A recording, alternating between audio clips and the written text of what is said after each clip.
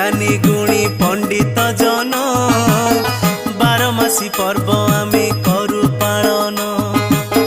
सेथिरु गोटिए पर्व अग्नि उत्सव माघ मास पुनेई रे पड़े पर्व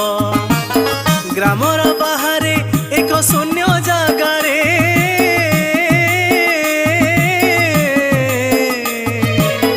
अग्नि पूजा होई थाए भक्ति भावरे बाउंसटे पोता हुए अगिरा रखी ता उपरे नड़ा कुटा दियंती ढांकी हरिनाम हुलहुली मंत्र पाठरे